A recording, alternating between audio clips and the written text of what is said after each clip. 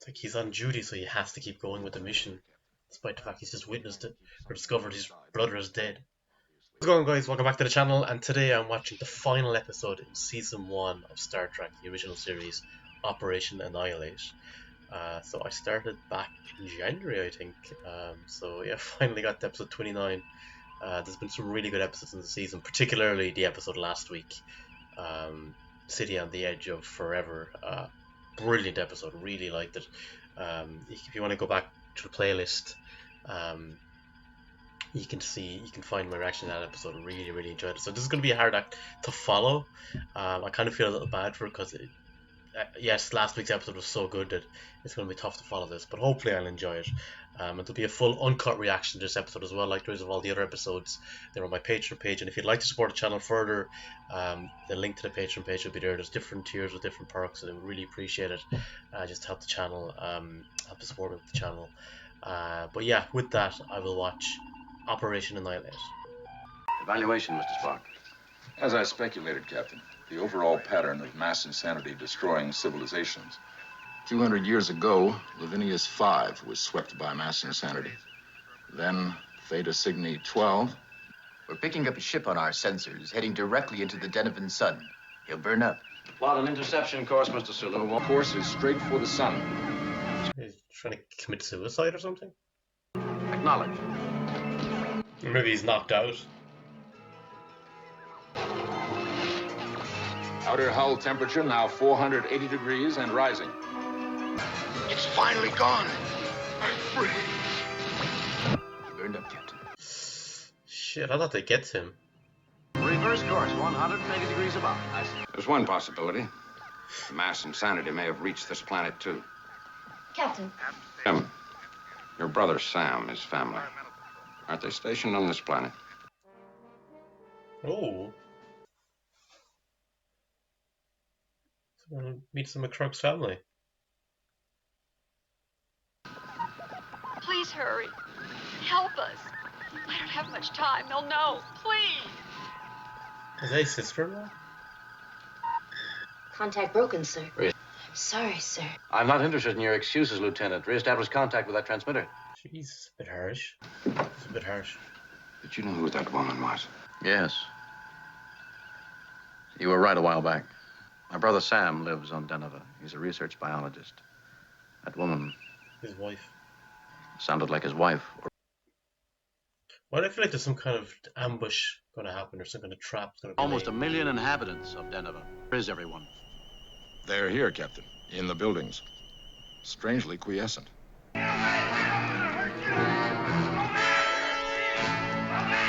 Stand by to fire. Fire! Even in their unconscious state, they're being violently stimulated. Fan out. Follow me. Is that really? You're safe now. Is this your brother, Jim?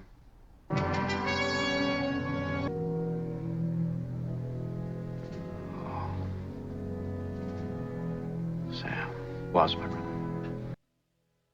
Is he dead? I'm sorry, Jim. The boy is unconscious, but he's still alive. I can't do much for them down here. Get ready to beam up. Captain, I understand how you know. Yes. It's like he's on duty, so he has to keep going with the mission, despite the fact he's just witnessed it or discovered his brother is dead. I am at a loss to understand it. Ready to beam up, Captain. I'd like you to be on board when your sister-in-law regains consciousness. Arena, it's Jim. Jim? They came 8 months ago. Horrible things. Visitors brought them in their bed. Igra B. What kind of thing? Maybe they should get some research on this planet Igra B. Maybe that's what they said to Kirk and his crew. We don't want to hurt you. So whatever came before, they thought that was more of the same. As if she's fighting to get the answers out. As though something is exerting pain to stop her. They need us to be their arms and legs. Is she dead as well?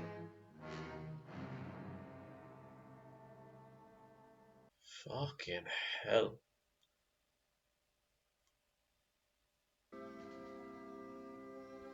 Are you afraid to question Peter? My brother's son. I'll do everything I can, Jim. Set your faces on Force 3 to kill. Wow. We're looking for some kind of creature. What the hell? Spock! Wolverine!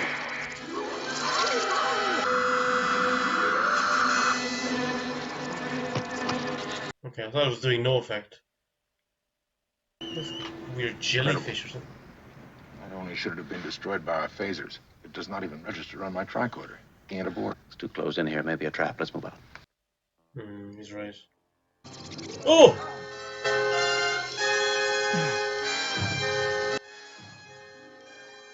Get it off him. It's gone. Can you stand? How is he? To be very frank, Jim, I don't know that I can do anything for Spock or your nephew. With some form of living tissue, I removed one from Spock's spinal cord, the other from your sister-in-law's body. They're both the same. Creature attacks. It leaves a stinger, much like a bee or a wasp, leaving one of these in the victim's body. Oh shit. Let's take the ship back.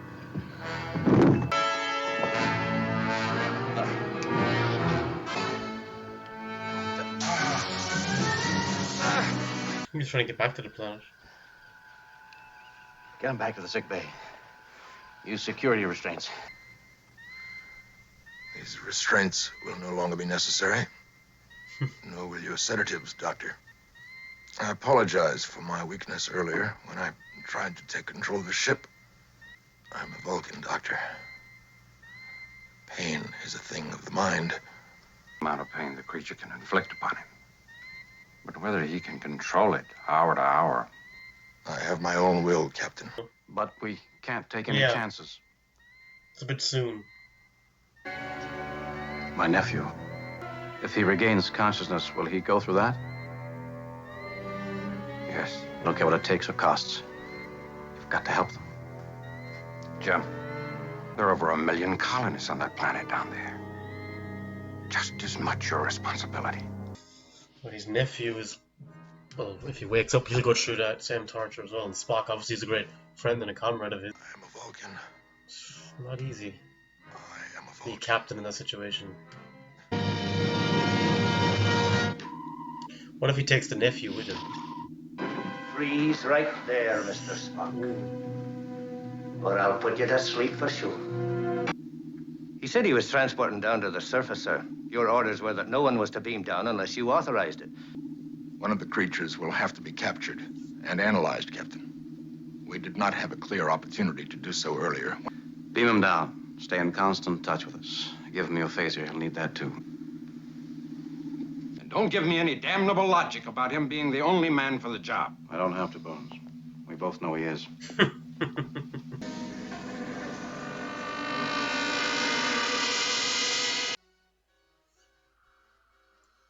It didn't work last time. It kind of just incapacitated them a little bit, but it doesn't kill them.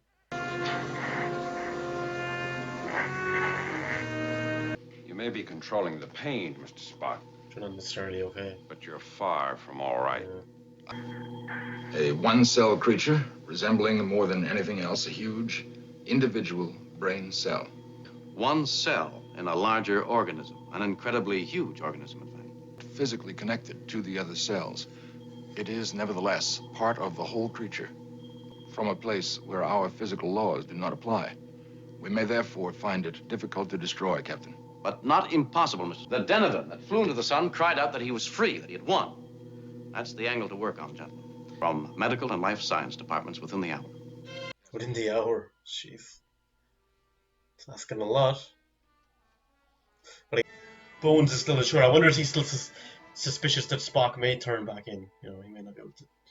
Tried everything I can. Varying radiation, intense heat, even as great as 9,000 degrees. And you're wasting your time. We've got 14 science labs aboard this ship. The finest equipment and computers in the galaxy. And your concern, your affection for Spock, the fact that your nephew is the last survivor of your brother's family. There's more than 2 lives at stake here. I cannot let it spread beyond this colony. Well, that is a fair point. That is a fair point. Without killing their human hosts, my command responsibilities will force me to kill over 1 million people. How do you come back from making such a decision as that? But then I guess you could say, but you save millions, possibly billions. Once it spreads past here, there are dozens of colonies beyond. Killing 5 people saves 10. It's a bargain. Is that your simple logic, Mr. Accept neither of those alternatives, gentlemen. I cannot let this thing expand beyond this planet. I'm putting you gentlemen on the hot seat with me. I want that third alternative. What is it? Report. I'm sorry, Jim. We've been over it and over it. We've made every conceivable test. To beam down to the planet's surface. I also suggest your nephew accompany me. Request denied. Captain, I do not know how much longer I can hold out against the pain. But I do know what the boy will go through should he regain consciousness. There must be another answer. Something in the sun killed that thing. The properties does the sun have? It exists physically. It occupies space. Heat. But one other thing you haven't mentioned. It's bright. It radiates a blinding light if you're close enough. Nothing lethal about light. But down on the surface, the creatures stayed in the shadows for the most part. It's true. They were in there a little. But they weren't simply hiding. So, like in a sun, close up. A possibility. That third alternative. Move Denver closer to the sun, Jim. No, but you can move the equivalent of the sun to Denver. Ready, Doctor. Put on your mask. It worked. We can do it. But what about the people who are infected? Yeah, how do you change it back for them? Oh, maybe trial. Maybe. There's no time for maybes, Bones. We have to duplicate the conditions on the planet. And Spock. Host for the next step in the test. To determine whether the creature can be driven from the body. I am the logical choice. Do you know what 1 million candlelight per square inch can do to your optic nerves? I'll rig up a protective pair of goggles. There'll be none on the planet's surface, Doctor. I agree completely. Don't envy us, Spock. I do not envy you. Mr. Spock's the best first officer in the fleet. Proceed.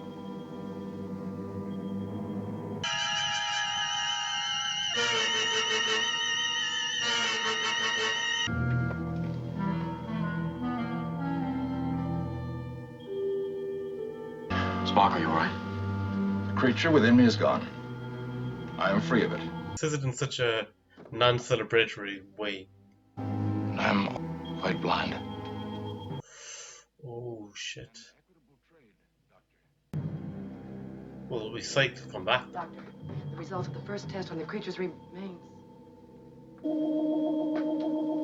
What is it? I threw the total spectrum of light at the creature. It wasn't necessary. Oh, fuck. I didn't stop to think that only one kind of light might have killed it. You're telling me that Spock need not have been blinded? Oh, Jesus. Bones.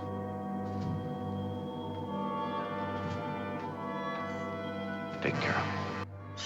You wanted to punch him in the face there.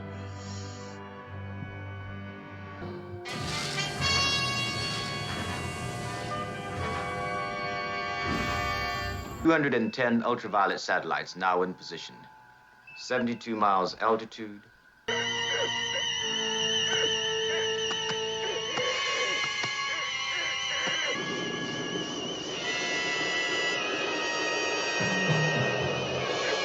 I'm guessing when they're all killed, then that will allow Spock to gain his sight back. Any trace of influence is completely gone now wrong there. Bones. It wasn't your fault. Droid. Captain, look. Mr. Spock. Spock. An hereditary trait, Captain. The brightness of the Vulcan sun has caused the development of an inner eyelid shield against high-intensity light. Totally instinctive, Doctor. We tend to ignore it, as you ignore your own appendix. Okay. Okay. All worked out in the end. The Vulcan side came in handy there. I'll admit that. Regaining eyesight would be an emotional experience for most. Quite the contrary, Captain. I had a very strong reaction. My first sight was the face of Dr. McCoy bending It was a pity brief blindness did not increase your appreciation for beauty, Mr. Spock. If you gentlemen are finished, would you mind laying in a course for Starbase 10? Settle. I said, please don't tell Spock that I said he was the best first officer in the fleet. Why, thank you, Dr. McCoy. You've been so concerned about his Vulcan eyes, Doctor. You forgot about his Vulcan ears. I know, you should have known. Mr. Sulu. It's such a prominent feature, his ears. Right, that was Operation Annihilate, the final episode in the series, and I think there was some really great moments in this show, some real moments of emotional weight, especially with Kirk when he finds his dead brother. I assumed that we were going to meet his brother Sam and there was going to be engagements between them, but when he found him dead, I thought maybe he would just assume he was dead, but actually they would revive him. But excuse me, obviously that didn't happen. But I like that little moment where he just looks on, he's processing it, but knowing immediately, like I think Spock even says, I can understand this can be difficult for you, Captain, but essentially I need to bring you into a report now, and Kirk realizes that too. But it just kind of showed how tough it is as a Starfleet officer, especially a captain, where you just have to push it to the side, even though your brother has died, and obviously lost his sister-in-law as well, and then the weight of knowing what was going on with Spock, and that his nephew would wake up to that as well, and what do you do, finding the alternatives. That was really strong. And then I loved as well with Spock when he's blind and kind of Bones having that moment of regret and kind of feeling the blame, and when Kirk says, Bones, it wasn't your fault. Really strong emotional moments in the episode, which I really liked. Not as strong as last week, but as I said, last week was so damn good, it was going to be so difficult to eclipse that. But it was a very good episode, though. I will say that, a very good episode. But guys, let me know in the comments your thoughts on Operation Annihilate. Did you like it, dislike it? What did you like about it, didn't like about it, and where to rank among your favourite episodes? Would love to hear your thoughts. But until next time, guys, I'll see you for Season 2, and long before.